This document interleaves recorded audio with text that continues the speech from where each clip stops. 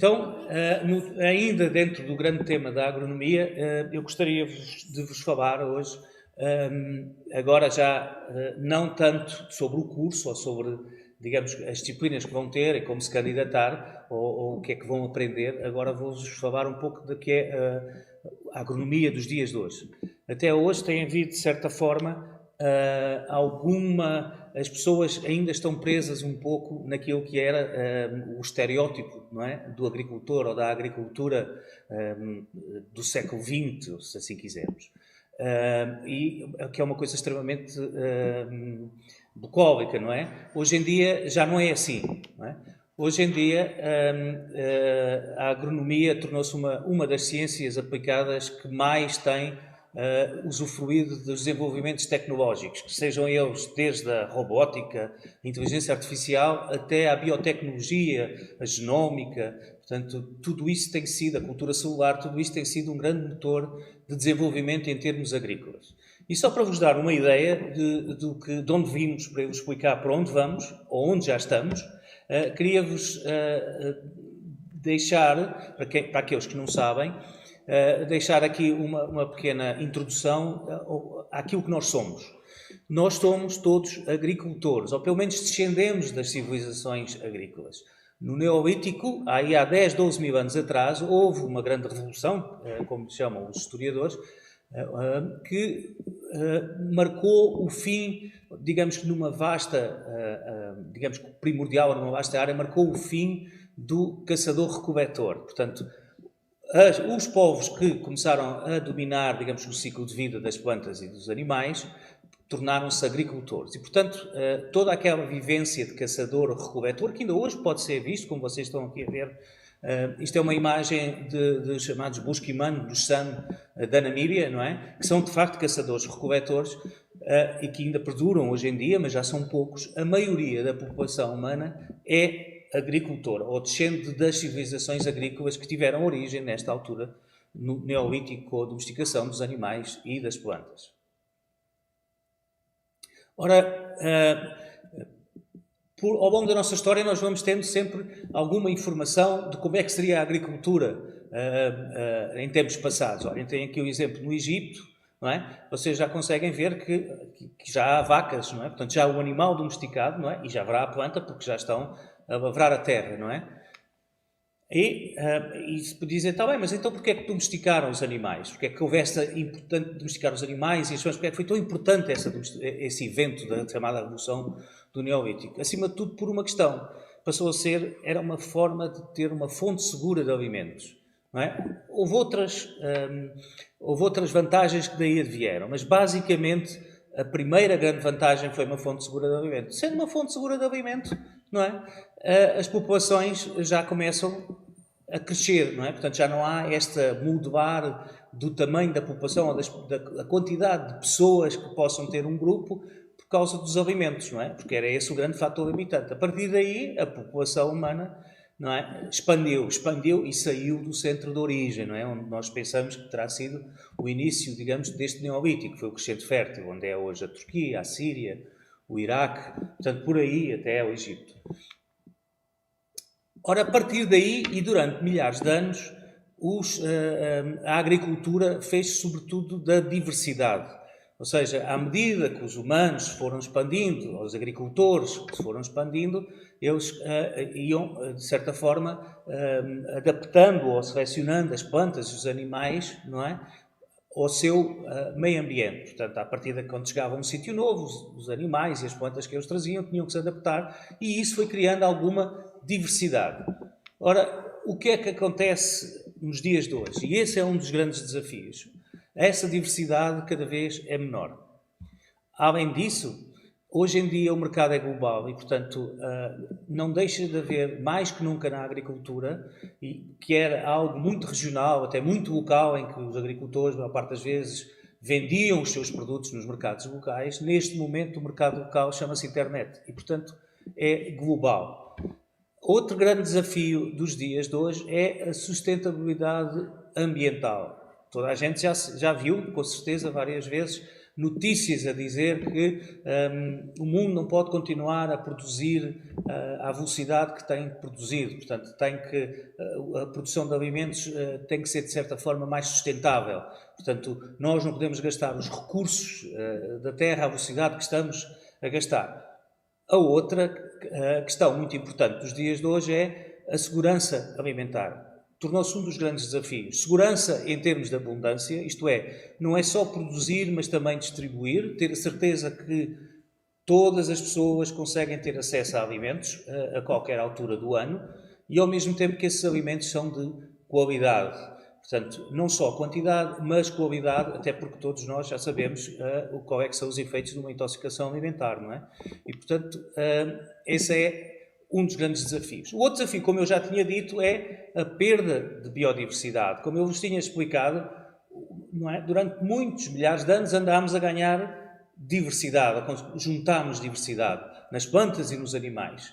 Só que nos últimos anos, cada vez mais, essa diversidade está a desaparecer. E, portanto, se nós visitarmos uma prateleira de uma frutaria ou mesmo de um hipermercado ou de um supermercado, vocês vão ver que o número de espécies de hortaliças é cada vez menor. Embora, agora, também, que é um pouco em contrassenso, nós começamos a ter acesso a produtos de outros sítios, não é? Produtos até cultivados em contraciclo, isto é, noutra estação, tem que ser do hemisfério sul para que no inverno nós consigamos ter uvas, elas têm que vir do hemisfério sul, não é? Portanto, estão a ver, esta biodiversidade acaba por não ser, porque é exatamente o mesmo produto produzido em diferentes sítios, não é?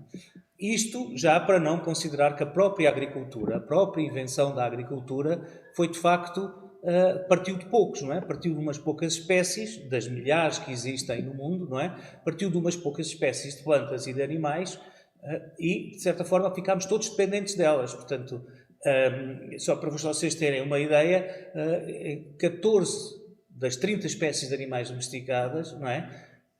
Chegam para 90%, para fornecer 90% da proteína animal consumida pelos humanos. E das plantas não estamos muito mais. Até há pouco tempo eram cerca de 350. Ora, já estão a ver, quando eu digo plantas, digo tudo, frutos, tudo. Portanto, estão a ver, não há uma grande diversidade em termos de espécies, não é? Portanto, se nós ainda formos tirando mais, torna-se muito difícil, porque se surgir alguma alteração, por exemplo, climática ou mesmo alguma doença, não é? Podemos de um dia para o outro não garantir aquilo que falámos, que era o grande desafio, que era a segurança alimentar. Outra coisa que temos que aprender a viver é com as alterações climáticas. E as alterações climáticas vão ter um impacto, quer queiramos, quer não, na produção alimentar. Só para vocês terem uma ideia, em 2030, aquelas que são as 10 espécies de plantas mais consumidas vão todas sofrer um grande impacto. Dou-vos 4 exemplos, digamos que são os grandes. 3 deles são os grandes fornecedores, digamos, de hidratos de carbono, não é? À população humana. O milho, o arroz e o trigo. Nas alterações climáticas nós sabemos que vai haver claramente, se as condições se alterarem à velocidade que são projetadas, em 2030, cerca de o milho, por exemplo, perde uma capacidade de crescimento de 12%, que vai ter um impacto de 90% do aumento do preço. Ou seja, o preço vai quase dobrar. Da mesma forma acontece com o arroz. O arroz ainda tem maior impacto, não é? E também chega próximo a cerca de 90% mais caro em 2030. A mesma coisa para, um pouco menos, para o trigo, embora já é um bocadinho mais adaptada a ambientes mais áridos. Mas também vai ter um impacto e o seu preço vai subir a cerca de 75%. As outras espécies, digamos, importantes, calcula-se que 8%, pelo menos, andam à volta do impacto de 8%, ou seja, na sua taxa de crescimento. E o que é que isso causa? Vai causar claramente um aumento de 83%. O que é que isso quer dizer? Estamos aqui a falar em preços à volta dos 80%, portanto, a quase o dobro dos preços. Outra coisa é a demografia. Nós, em 1950, éramos sobretudo uma população rural. Em 1980 as coisas não eram bem assim. Olhem, por exemplo, Portugal ainda era muito rural Em 1994, Portugal já não era rural. Em 2020, Portugal e o resto da Europa são sobretudo urbano, portanto, a maior parte da população vive na cidade. E em 2050, 2/3 dessa população viverá em zonas urbanas. Estão a ver? Já não existirá quase população em zonas rurais. Ora, isso quer dizer o quê? Nós temos que continuar a produzir alimentos, não é? Porquê? Porque vai aumentar a população, ela não para, não é? Portanto, nós, até 2050, temos que aumentar a nossa capacidade de produzir alimentos em 69%. O que é que isso quer dizer? Nós temos que ser capazes de alimentar 9,6 mil milhões de habitantes, porque nunca vai parar este crescimento. Depois tem que aumentar, de forma a que estes 69% sejam sustentáveis, tem que dar o suporte económico a mais ou menos 28% da sociedade. Ora, da sociedade mundial. Ora, se nós temos 2/3 que vivem em cidade, há aqui qualquer coisa que vai ter que alterar. E depois temos que ter, mais que nunca, cada vez mais mitigar os efeitos desta produção agrícola no ambiente, portanto, no impacto ambiental. E temos que reduzir, uma vez mais, a nossa pegada, digamos que a nossa pegada ecológica. Outro problema é o domínio das poucas espécies levou a uma baixa diversidade das dietas e à mudança global, ou seja, uma mudança global em termos de homogeneidade. Todos comemos o mesmo. Praticamente todos comemos o mesmo tipo de alimento. Já não há grandes diferenças entre Europa, Estados Unidos, América do Sul. Já são cada vez mais pequenas essas diferenças. E depois, um grande desafio é, que se calhar seria a raiz dos problemas, mas nós sabemos que não é possível, que era o desperdício alimentar. Nós perdemos todos os anos cerca de 700 milhões de euros ou 1,3 mil milhões de toneladas de alimentos que são desperdiçados. Ora, isso dava para alimentar 821 milhões de pessoas. À vontade e muito mais até. Depois temos ainda outro problema, que é a emergência de novas doenças. Não é preciso falar muito disso, vocês já todos estão fartos de ouvir falar do Covid. É um exemplo de doenças que vêm dos animais, portanto, zoonoses. Finalmente, aquela que é a notícia desde 2017, que é a fome está a subir. Até 2017 a coisa tinha baixado, portanto a fome no mundo estava a baixar e de repente, a partir daí, a fome subiu. Ou seja, há mais gente com fome no mundo. Portanto, viram que aqueles desperdícios dava para alimentar 825 milhões, ora em 2016 havia 804 milhões de pessoas com fome. Estão a ver? Dava perfeitamente para alimentar todas as pessoas que tinham fome, não é? Ou que estavam subnutridas.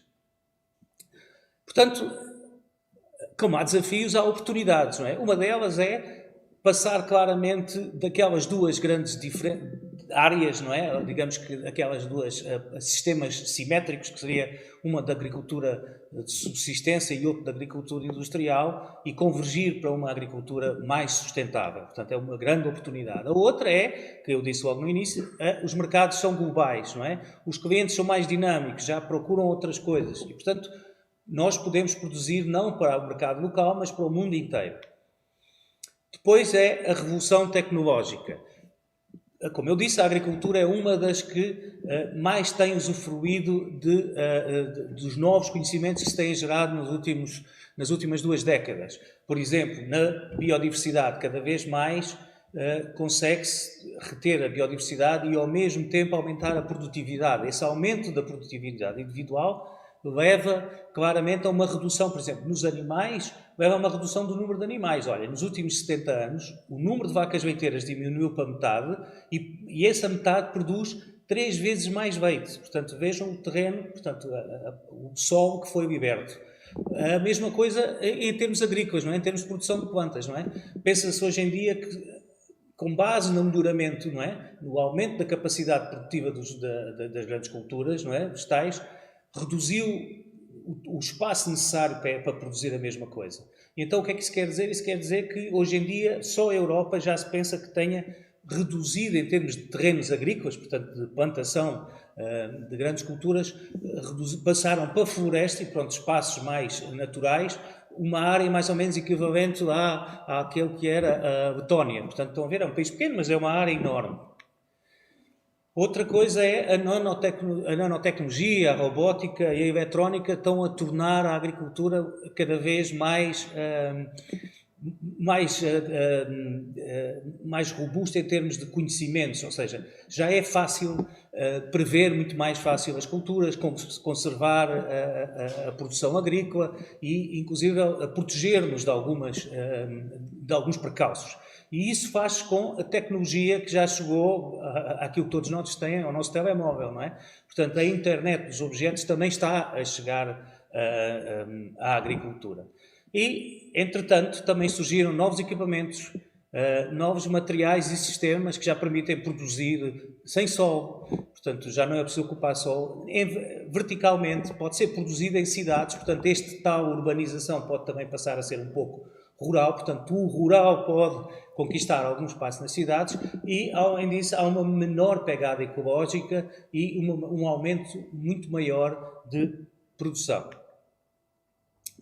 Mas a agricultura tornou-se um sistema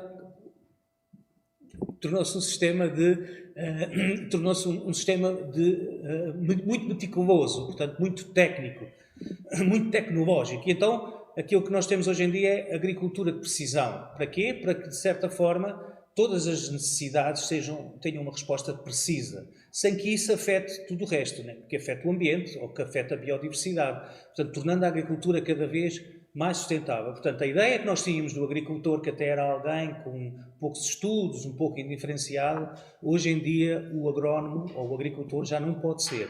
Tem que ter muitos conhecimentos de tecnologia, não é? De robótica, um pouco de tudo, para perceber e para poder fazer a sua atividade, não é? Desenvolver a sua atividade. Obrigado.